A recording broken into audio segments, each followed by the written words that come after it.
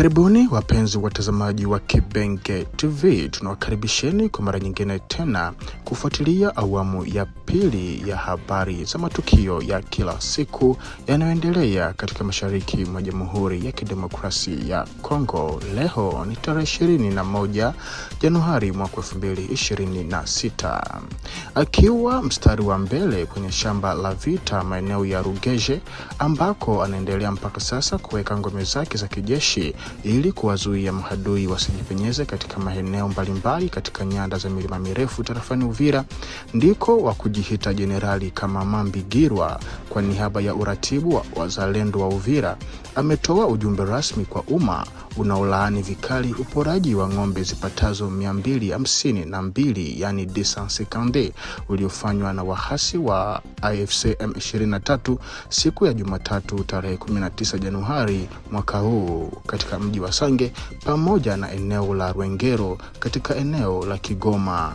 Inasisitizwa kuwa ngombe hao walichukuliwa moja kwa moja na kupelekwa hadi nchini Rwanda. Aidha, uratibu wa wazalendo wa Uvira unafahamisha umma kwamba AFC M23 baada ya kujiondoa katika baadhi ya maeneo tarafani Uvira imeacha nyuma yake makundi ya watu wenye silaha wanaotumika kama majambazi na ni wao wanaohusika na kuzorota kwa hali ya usalama katika mji wa Uvira na kwingine. Watu hao wanafyatua risasi ovyo, wanawashambulia raia na kujihusisha na uporaji wa mali za wananchi bila huruma. Kutokana na hali hiyo, wazalendo wa Uvira kwa kushirikiana kwa karibu na vyombo vya usalama wanaendelea kufanya kazi bila kuchoka ili kurejesha utulivu, usalama na amani miongoni mwa wananchi. Na kwa kukamilisha taarifa hizi, msemaji wa uratibu wa wazalendo tarafani Uvira Bwana Naluvumbu na Kibambala naye kwa upande wake alinena ya kwamba na nukuu, tunatoa pole nyingi kwa vifo vinavyoendelea kushuhudiwa kwa sasa katika mji wa Uvira. Vifo hivyo vinasababishwa na makundi ya majambazi walioachwa kwa makusudi na M23 ambao wanafanya uhalifu huku wakijificha nyuma ya majina ya wazalendo na jeshi la FARDC kwa lengo la kuchafua taswira ya jeshi la taifa na wazalendo.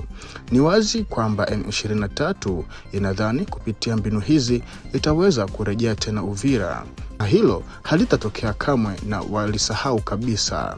Aidha, baadhi ya watu wao waliokuwa katika makundi haya tayari wametoroka nchi za nje na tunawafahamu vizuri. Kazi yao sasa imebaki ni kuandika na kusambaza propaganda wakidai kwamba wananchi wanateseka na kwamba adui angepaswa kubaki. Hata hivyo, vijana hao wajue wazi kuwa wameshatambulika na wataendelea kukimbia bila mafanikio.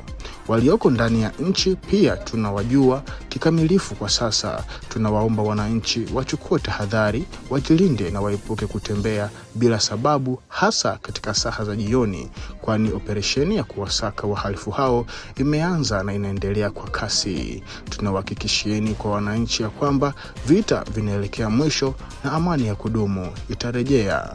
Mungu atatenda na adui atapata aibu. Na hapo ndo mwisho wa kunukuu maneno ya Bwana Naluvumbu na Kibambala.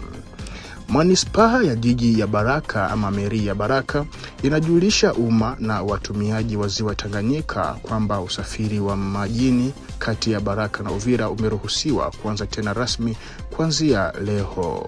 Uamuzi huu umetokana na kuimarika kwa hali ya usalama pamoja na kurejeshwa kwa hatua kwa mamlaka ya serikali katika jiji la Uvira. Hata hivyo, manispaa inasisitiza kuwa kurejea kwa usafiri huu lazima kufanyike kwa kuzingatia kikamilifu masharti ya usalama, maagizo ya vyombo husika pamoja na kanuni zote zinazosimamia usafiri wa majini katika ziwa Tanganyika.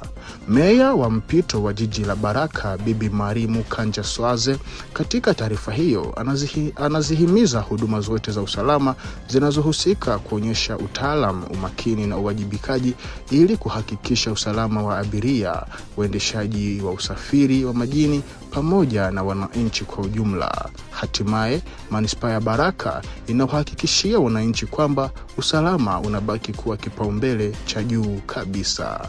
Na kwa taarifa hii, ndugu mtazamaji wa Kibenge TV, ndiko ambako tunakwenda kuweka nukta kwa awamu ya pili ya habari za matukio ya kila siku. Tukutane panapo majaliwa kwa kuzidi kuhabarika zaidi.